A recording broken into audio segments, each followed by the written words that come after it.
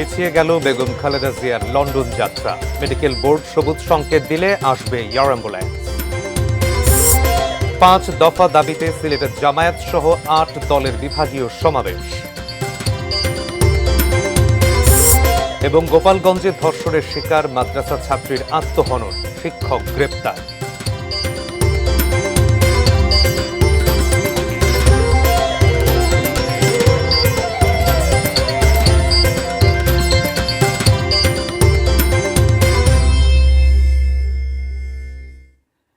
দেখছেন ATN news. দেশের খবরে আজ আপনাদের সাথে রয়েছে আমি সাইমুল হক। জানিয়ে দিচ্ছিলাম নাসির সিনটেক্স অ্যালুমিনিয়ামের সৌজন্যে সংবাদ শিরোনামগুলো।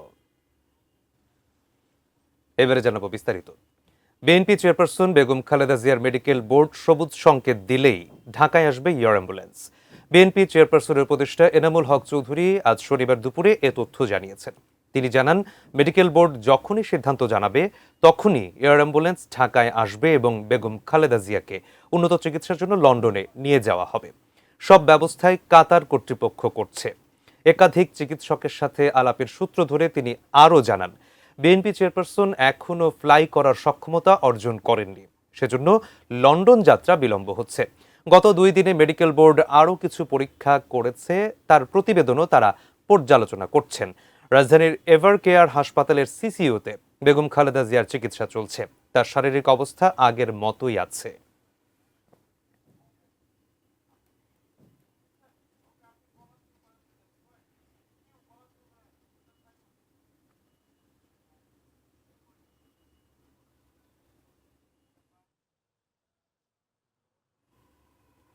এভারকেয়ার হাসপাতালের সামনে ঠিক এই মুহূর্তে রয়েছেন সহকর্মী মনিরুল ইসলাম মিন্টু। আমরা সরাসরি যোগ দেব তার কাছ থেকে এবং তার কাছ থেকে জেনে নেব বেগম খালেদা জিয়ার চিকিৎসার সর্বশেষ তথ্য।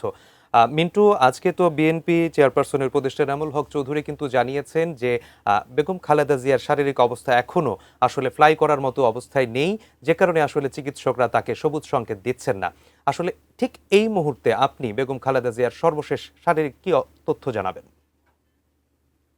এজেডএম জাহিদ হোসেন তার ব্রিফিংয়ের জন্য 3টা 15 মিনিটে তার ব্রিফিংয়ের জন্য সময় দেওয়া ছিল এবং সেই সময় অনুযায়ী আসলে আমরা অপেক্ষা করছি। কিন্তু ইতিমধ্যেই ডাক্তার জোবাইদুর রহমান তিনি ধানমন্ডি থেকে 3টা 22 মিনিটে এবারকার হাসপাতালে আসেন এবং তার সঙ্গেই আসলে মূলত ডাক্তার এজেডএম জাহিদ হোসেন সহ অন্যান্য চিকিৎসকরা, দেশি বিদেশি চিকিৎসকরা আসলে সর্বশেষ পরিস্থিতি পর্যবেক্ষণ করছেন এবং সেই মোতাবেকই তিনি ব্রিফিং করবেন এমনটি আসলে আমরা ধারণা করছি, যার কারণে আসলে এই ব্রিফিংটা শুরু হতে কিছুটা বিলম্ব হচ্ছে। এবং দেখতে পাচ্ছেন যে ব্রিফিংয়ের জন্য যে সাংবাদিকদের যে প্রস্তুতি সেটি আসলে 3টা থেকেই রয়েছে।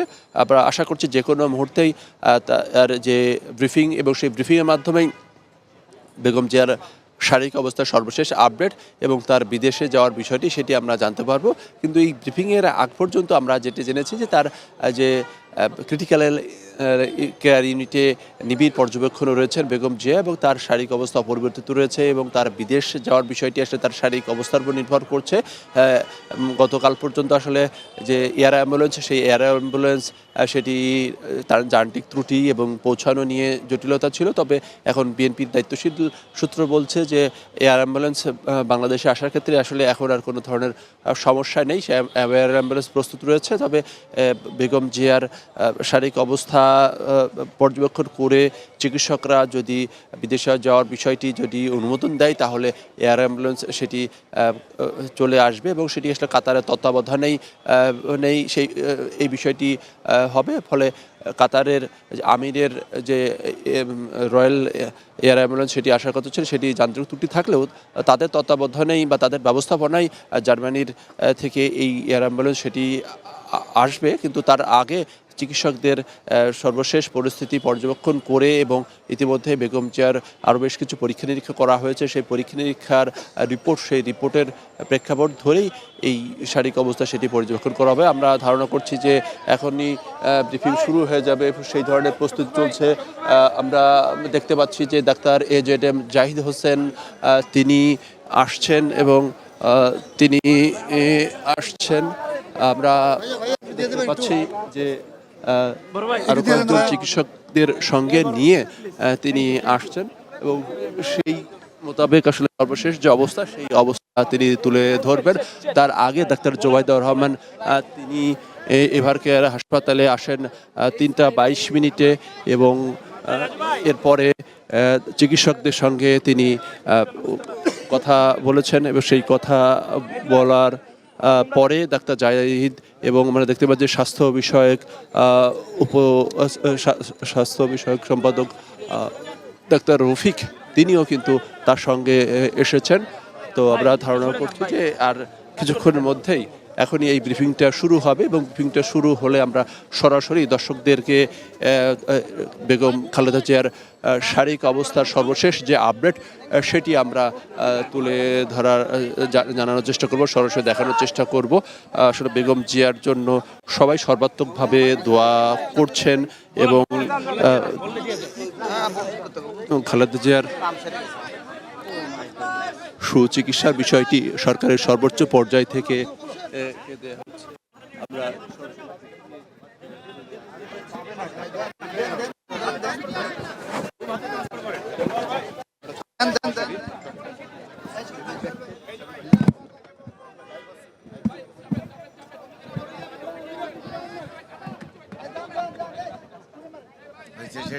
শেষ করে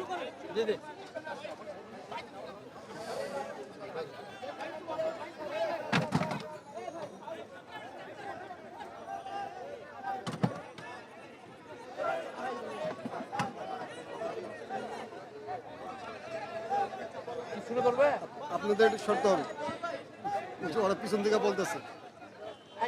বিসমিল্লাহির রহমানির রহিম। উপস্থিত সাংবাদিক ভাই ও বোনেরা, আসসালামু আলাইকুম। বাংলাদেশ জাতীয়তাবাদী দলের চেয়ারপারসন দেশনেত্রী বেগম খালেদা জিয়া অসুস্থ অবস্থায় এভার কেয়ার হসপিটালে চিকিৎসাধীন আছেন গত 23শে নভেম্বর দিবাগত রাত্র থেকে। আজ 6ই ডিসেম্বর আমরা ওই দিন প্রেস ব্রিফিংয়ে আপনাদেরকে বলেছিলাম যে মেডিকেল বোর্ডের পরামর্শক্রমে আমরা হয়তো ওনাকে দেশের বাইরে নিয়ে যাওয়ার জন্য সর্বোচ্চ পর্যায়ের চেষ্টা অব্যাহত রেখেছিলাম, কিন্তু ওনার যে এয়ার অ্যাম্বুলেন্স যেটি কাতার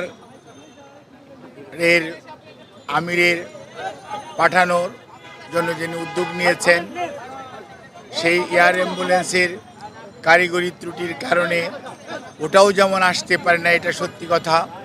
অন্যদিকে মেডিকেল বোর্ডের সদস্যগণ জরুরিভাবে মেডিকেল বোর্ডের সভা করে এবং একসাথে বসে সিদ্ধান্ত নিয়েছিল যে ওই মুহূর্তে ওনার ফ্লাই করার সঠিক হবে না। সেজন্যই আমরা ওনার যে বিদেশ নেওয়ার যে বিষয়টি সেটি কিছুটা বিলম্বিত হচ্ছে এবং ভবিষ্যতে হয়তো শারীরিক অবস্থাই বলে দিবে যে ওনাকে কখন বিদেশে চিকিৎসার জন্য নিয়ে যাবে অথবা নিয়ে যাওয়া হবে। কাজেই এখন আমাদের মেডিকেল অ্যাম্বুলেন্স সবসময়ই প্রস্তুত আছে, কিন্তু প্রস্তুত থাকলেও সর্বোচ্চ পর্যায়ে দেশনেত্রী বেগম খালেদা জিয়ার সুচিকিৎসা এবং ওনার সেফটি অ্যান্ড সিকিউরিটি অর্থাৎ চিকিৎসাগত দিক থেকে এটি অত্যন্ত প্রাধান্য পাচ্ছে সর্বত্রই। এবং আমাদের যে মেডিকেল বোর্ডের সম্মানিত সদস্যরা ইউকে এবং আমেরিকা থেকে এবং বাংলাদেশ থেকে যারা অংশগ্রহণ করছেন, এবং সুদূর চায়না থেকেও সবাই কিন্তু ওনার ফিজিক্যাল কন্ডিশনের উপর সবচেয়ে বেশি গুরুত্ব দিচ্ছে। এবং আমরা মনে করি আমরা সবাই, দেশের সকল মানুষ ওনার সুস্থতা চায়, চিকিৎসকরা চায়, দেশের আবাল বৃদ্ধ বনিতা সকল ধর্মের সকল রাজনৈতিক মতাদর্শের মানুষরা চায়।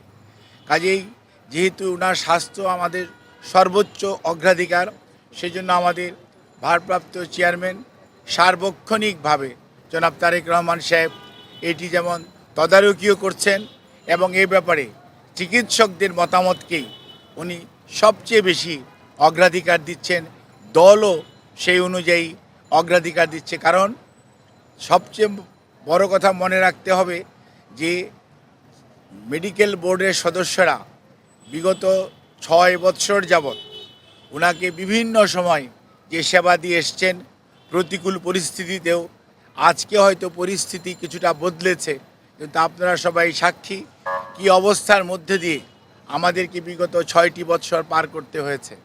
কাজে এই অবস্থার মধ্যে মেডিকেল বোর্ডের সদস্যরা অত্যন্ত দৃঢ়তার সঙ্গে এবং অত্যন্ত professionally they are handling the matter.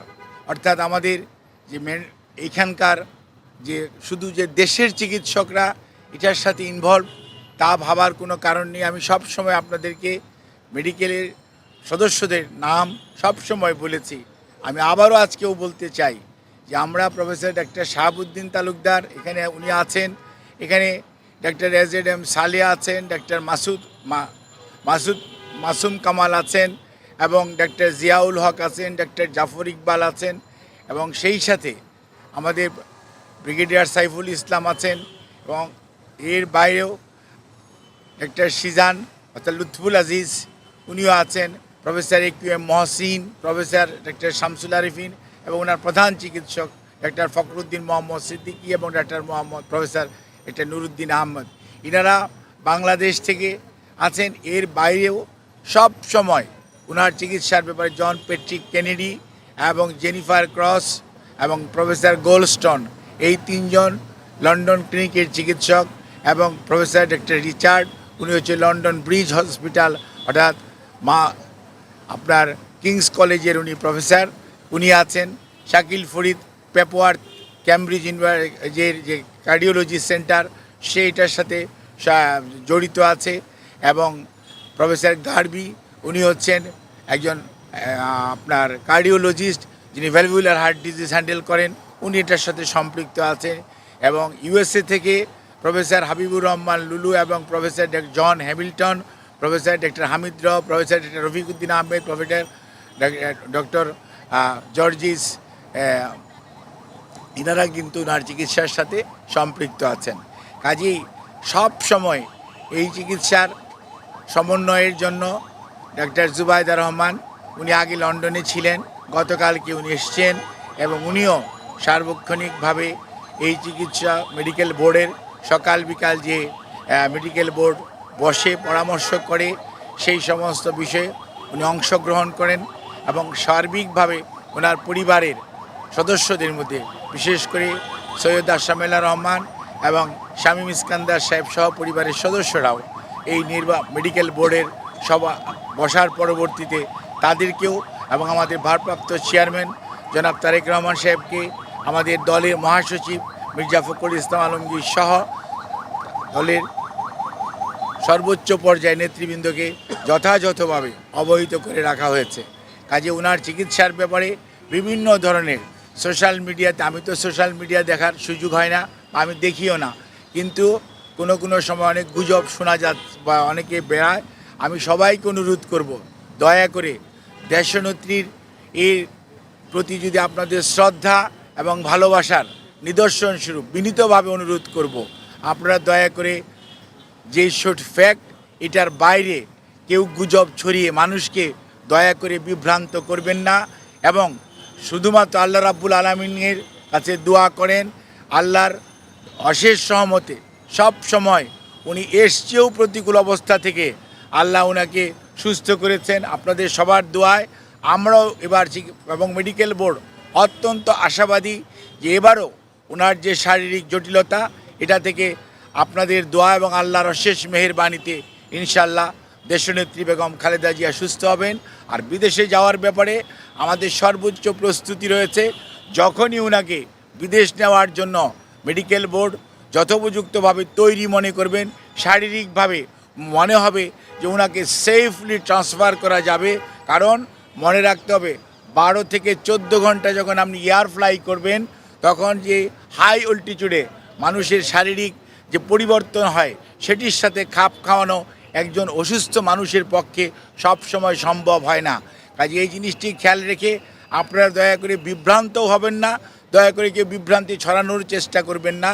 সর্বোচ্চ পর্যায়ে কাতার গভর্নমেন্ট এবং আমাদের যে অন্তর্বর্তীকালীন সরকার সর্বোচ্চ পর্যায়ে সহযোগিতা আমাদেরকে করছেন এবং তারা ওনাদের বিদেশে নেওয়ার ব্যাপারে ওনাদের যে সহযোগিতা অব্যাহত রেখেছেন।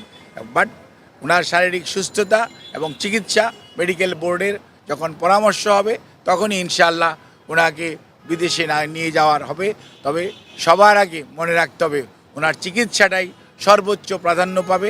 সেই জন্যই ওনাকে চিকিৎসার জন্যই এখানকার হাসপাতালের কর্তৃপক্ষ এবং সেই সাথে কর্মরত সকল পর্যায়ের স্টাফস যারা ওনার চিকিৎসার সাথে সম্পৃক্ত, যারা চিকিৎসার সাথে সম্পৃক্ত না, সবাই সহযোগিতা করছেন।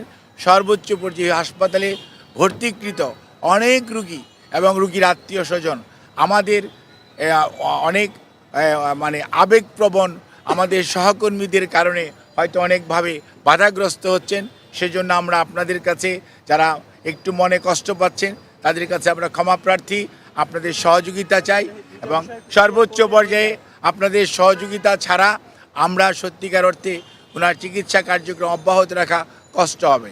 এই কথা বলি আমি আমার বক্তব্য শেষ করছি। কেমন আছেন আর আপনাদের লন্ডন যাওয়ার ব্যাপারে সিদ্ধান্ত এই বিষয়ে একটু আপনি দয়া করে আমার বক্তব্য পুরোটা আবার রিওয়াইন্ড করে শুনবেন, সেখানে আমার বক্তব্য সব উত্তর আছে, দয়া করে কাইন্ডলি শুনবেন। আপনাদের সবাইকে ধন্যবাদ।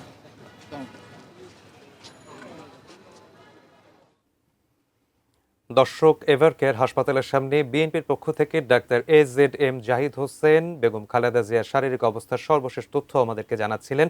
সহকর্মী মনিরুল ইসলাম মিন্টুর মাধ্যমে আমরা সরাসরি যোগ দিয়েছিলাম সেই আয়োজনে। দেশের খবরের পর্যায়ে নিচ্ছি ছোট্ট একটি বিরতি, ফিরবো কিছুক্ষণের মধ্যেই, সঙ্গেই থাকুন।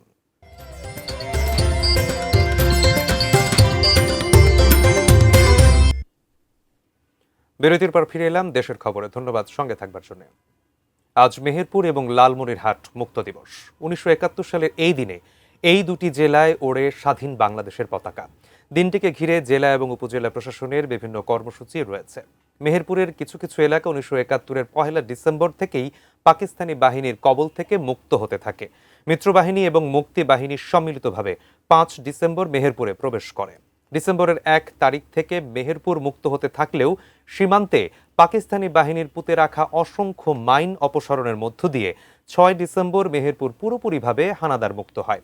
মুক্তিযুদ্ধের 6 নম্বর সেক্টরের গুরুত্বপূর্ণ অংশ ছিল লালমনিরহাট। 25 মার্চের পর উত্তাল হয়ে ওঠে রেলওয়ে নগরী লালমনিরহাট। জেলার প্রথম শাহজাহান মুক্তি বাহিনীর প্রবল প্রতিরোধে পাটগ্রাম সহ বেশিরভাগ এলাকা দ্রুত মুক্তাঞ্চলে পরিণত হয়। 30 নভেম্বর হাতীবান্ধা এবং 4 ও 5 ডিসেম্বর কালীগঞ্জ, আদিতমারি ও সদর অঞ্চল মুক্ত হয় যৌথ বাহিনীর অভিযানে। 5 ডিসেম্বর পাকিস্তানি সেনারা পালানোর সময় ধ্বংস করে দেয় তিস্তা রেল সেতুর একটি অংশ।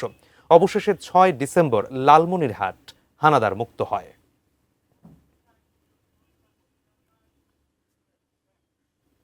দেশের খবরের পর্যায়ে নিচ্ছি ছোট্ট আরেকটি বিরতি, ফিরবে কিছুক্ষণের মধ্যেই, সঙ্গেই থাকুন।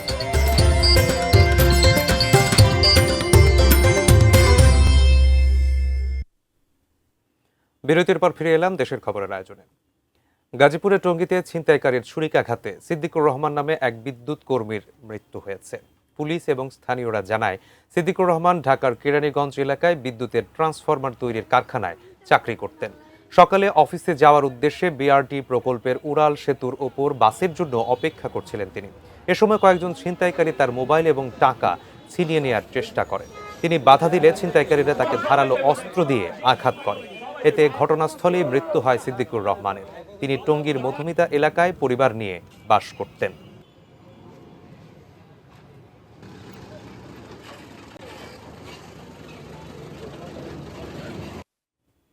এই ছিল দেশের খবরের আজকের আয়োজন। কাল আবারও দেখা হবে একই সময়ে। সঙ্গে থাকুন, দেখতে থাকুন এটিএন নিউজ। ধন্যবাদ।